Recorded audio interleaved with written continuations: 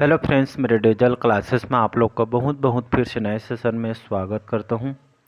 तो हम छत्तीसगढ़ समाधान अध्ययन में जो है हम मिडिवल हिस्ट्री, ठीक है, छत्तीसगढ़ के मध्यकालीन इतिहास के बारे में हम पढ़ रहे थे। ये हमारा दूसरा पार्ट है, ठीक है। पहला पार्ट अपलोड कर दिया गया है, नहीं देखे होंगे तो जाके देख सकते हैं। सारे क्वेश्चन आपके लेटेस्ट पैटर्न पे है और चाहे आप पीएससी प्री हो, ठीक है, एसआई पुलिस कांस्टेबल हो, आने वाले लगभग सभी एग्जाम के लिए इम्पोर्टेंट है, ठीक है। तो ये हमारा दूसरा पार्ट है।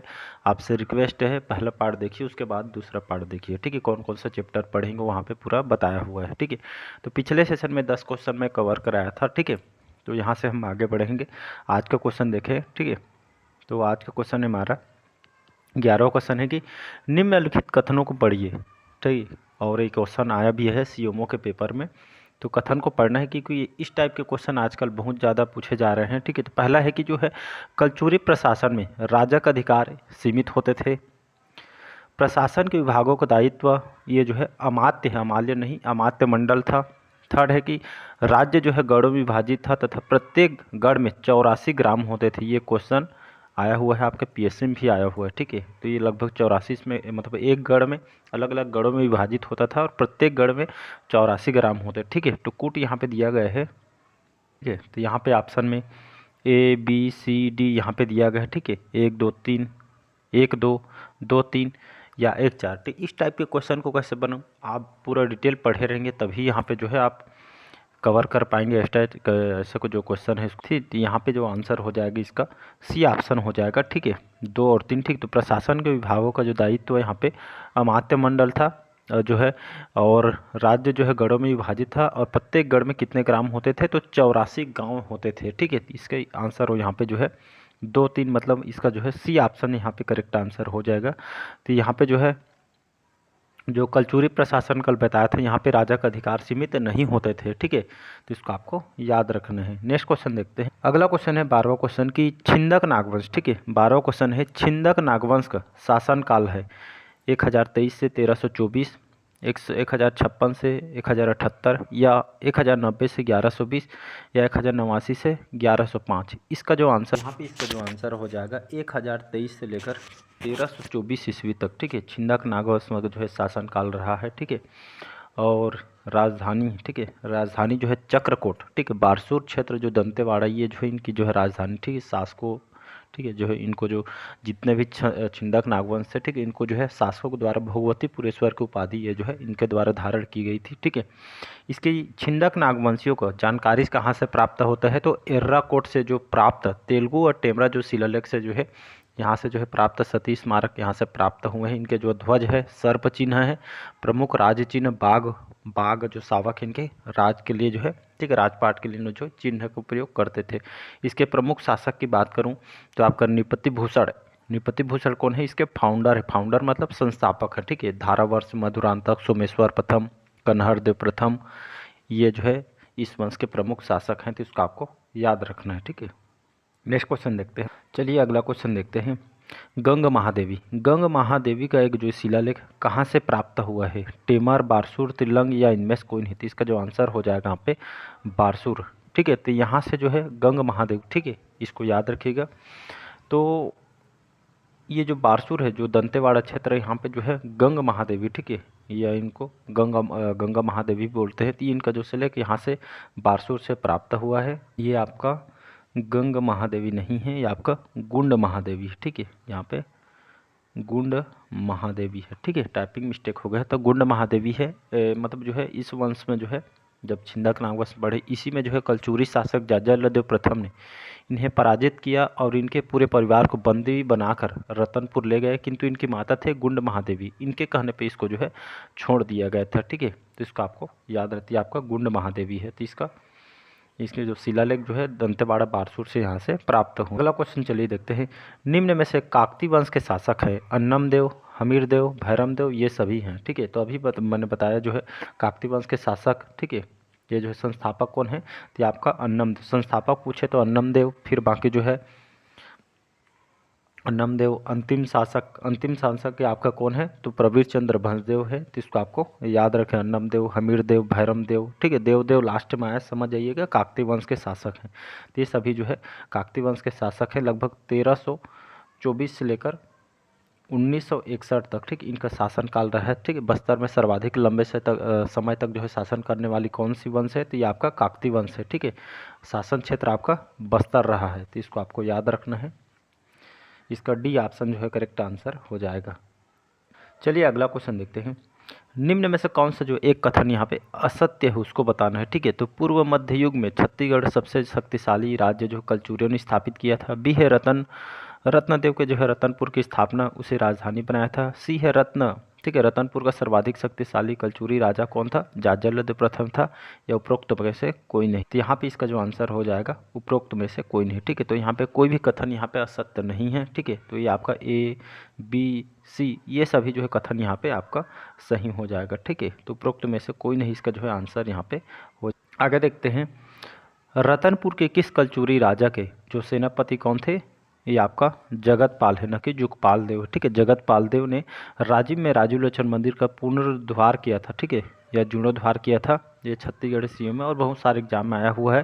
पृथ्वीदेव द्वितीय, रत्नदेव द्वितीय, जाज्जल्य द्वितीय या रत्नदेव तृतीय। तो यहाँ पे इसका जो आंसर हो जाएगा आपका पृथ्वीदेव द्वितीय, इसका जो है करेक्ट आंसर हो जाएगा। इनके काल में 1135 से 65 ईस्वी तक इनका कार्यकाल रहा है पृथ्वीदेव द्वितीय। इनके जो सेनापति थे जगतपाल, इन्होंने विलासतुंग के द्वारा स्थापित राजूलोचन जो मंदिर है, ठीक है, इसका जीर्णोद्धार कराया था। ठीक है, सीओ में तो आया है, आईटीआई प्रिंसिपल में आया हुआ है। ठीक है, और पीएससी वगैरह में आया हुआ है। ठीक है, तो जानकारी कहाँ से होता है, तो राजिम शिला के यहाँ से इनके बारे में जो है जानकारी प्राप्त होती है।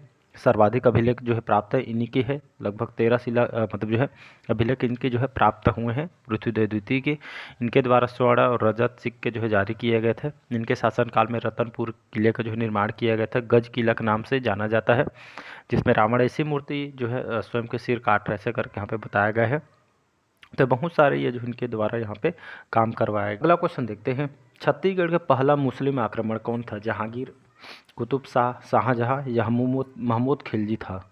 इसका जो आंसर हो जाएगा महमूद खिलजी। याद रखें तो छत्तीसगढ़ पहला मुस्लिम आक्रमण जो है किसने किया था, ये आपका महमूद खिलजी के द्वारा किया गया था। इसका डी ऑप्शन जो है करेक्ट आंसर हो जाएगा। ये अगला क्वेश्चन देखते हैं, 18वां क्वेश्चन है, भोरम देव मंदिर का निर्माण किस फड़ी नागवंशी शासक ने करवाया था, अहिराज, दरड़ीधर, गोपाल देव या महिम देव। तो इसका आंसर हो जाएगा आपका गोपाल देव। याद रखिएगा, तो कवर्धा के कौन थे, ये फड़ी नागवंश के शासक थे, लगभग 11वीं से लगभग 14वीं शताब्दी। ठीक है, इनका जो शासनकाल रहा है, शासनकाल ये आपका जो है कवर्धा में, ठीक है, इनका शासनकाल क्षेत्र रहा है।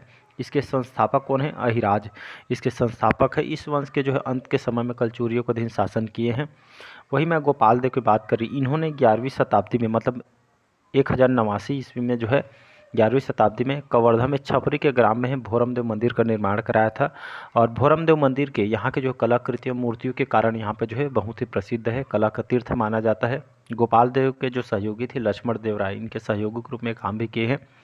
भोरमदेव मंदिर को चंदेल वंशी खजुराहो मंदिर के समान होने के कारण इसको छत्तीसगढ़ का खजुराहो कहा जाता है। और भोरमदेव मंदिर जो है नागर शैली में निर्मित है। ठीक है जी, जहाँ पे भोरमदेव जो है एक आदिवासी देवता को समर्पित है। भोरमदेव मंदिर का जो निर्माण फड़ी नागवंश काल में हुआ था, तो इसको आपको याद रखना है। अगला क्वेश्चन देखते हैं। चलिए अगला क्वेश्चन देखते हैं, मड़वा महल। ठीक है, मड़वा महल ये भगवान शिव जी का मंदिर है। इसका निर्माण किस फड़ी नागवंश के शासन या कौन से शासक के द्वारा करवाया गया था, रामचंद्र, भोज या लक्ष्मण। इसका आंसर हो जाएगा आपका रामचंद्र। रामचंद्र कौन से वंश के शासक है, तो ये भी एक कवर्धा के फड़ी नागवंश के शासक है। रामचंद्र ने लगभग 1349 में, ठीक है, 1349 में लगभग 14वीं ईस्वी में, ठीक है, 14वीं ईस्वी में शताब्दी में मड़वा महल जिसको दुल्हा देव भी कहा जाता है, ठीक है, और छेरकी महल का भी निर्माण इनको जो किया गया था। और यहीं पे जो है इनका विवाह का जो है प्रतीक माना जाता है। कलचुरी जो राजकुमारी अंबिका देवी का विवाह जो है मड़वा महल में हुआ था। एक कवर्धा महल का भी डिजाइन महाराज धर्मराज सिंह के द्वारा किया गया था। महल के प्रथम गेट में हाथी गेट का या जो है हाथी दरवाजा इसको जो है कहा जाता है। ठीक है, इसको आपको याद रखना है। तो कवर्धा से बहुत सारे क्वेश्चन आपसे पूछे जा सकते हैं। अगला क्वेश्चन चलिए देखते हैं, रत्नदेव का शासनकाल है, ठीक है, 1040 से 45, 1045 से 65, 1065 से 70, 1070 से 75। इसका आंसर हो जाएगा। तो रत्नदेव का जो शासनकाल, ठीक है, कब से कब तक रहा है, तो इनका जो 1045 से ये आपका 1045 से 1065, ठीक है, बी ऑप्शन होगा, ठीक है, न कि ए होगा। यहाँ पे 1 मिनट कलर चेंज कर देता हूँ, ठीक है, कौन सा कलर लूँ, ब्लैक ही ले लेता हूँ, ठीक है।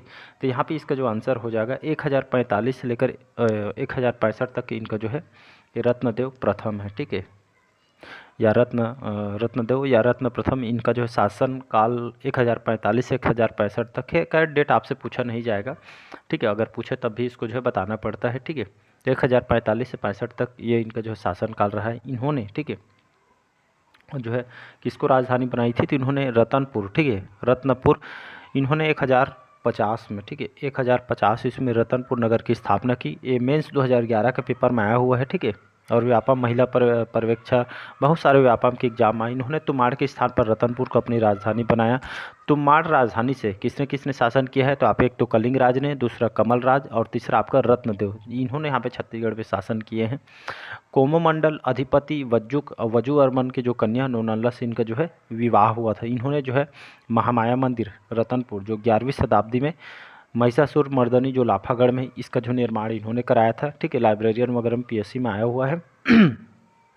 और तालाबों, ठीक है, रतनपुर को तालाबों की नगरी या टैंक ऑफ सिटी के नाम से जो है प्रसिद्ध किया। रत्नदेव के शासनकाल में रतनपुर को जो है कुबेरपुर की संज्ञा भी यहाँ पे दिया गया है, तो इसको आपको याद रखना है। अगला क्वेश्चन चलिए देखते हैं।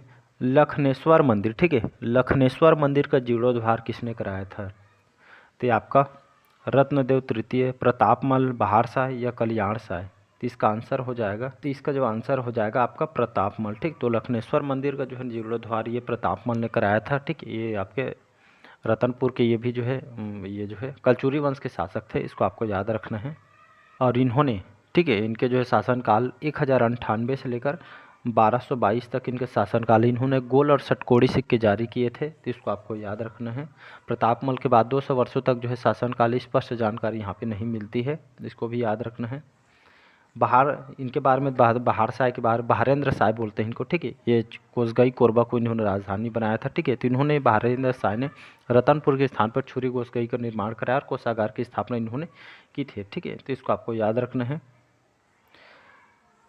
लास्ट क्वेश्चन है, फिर अगले पार्ट में बाकी क्वेश्चन देखेंगे कि छत्तीसगढ़ पे सबसे लंबी अवधि तक किसने शासन किया है, कलचुरी वंश ने, मराठों ने, अंग्रेजों ने, या इनमें से कोई। मोस्ट इंपॉर्टेंट क्वेश्चन है, तो याद रखिएगा।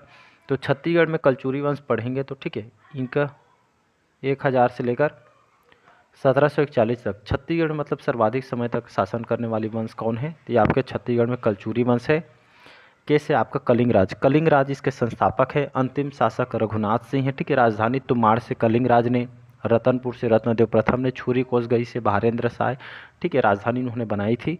इनकी कुल देवी गजलक्ष्मी हुआ करती थी। राजपाट की भाषा में राजकीय भाषा संस्कृत का उपयोग करते थे। जो प्रसिद्ध कवि हैं कौन, ये आपका गोपाल मिश्र कलचुरी वंश से संबंधित है, इसको आपको याद रखना है, ठीक है। तो यहाँ से बहुत सारे के पटवारी, बहुत सारे एग्जाम में क्वेश्चन आए हुए हैं, ठीक है। तो चलिए आज के सेशन यहीं तक रखते हैं। कैसा लगा सेशन कमेंट बॉक्स में कमेंट करके ज़रूर बताइएगा। Thank you.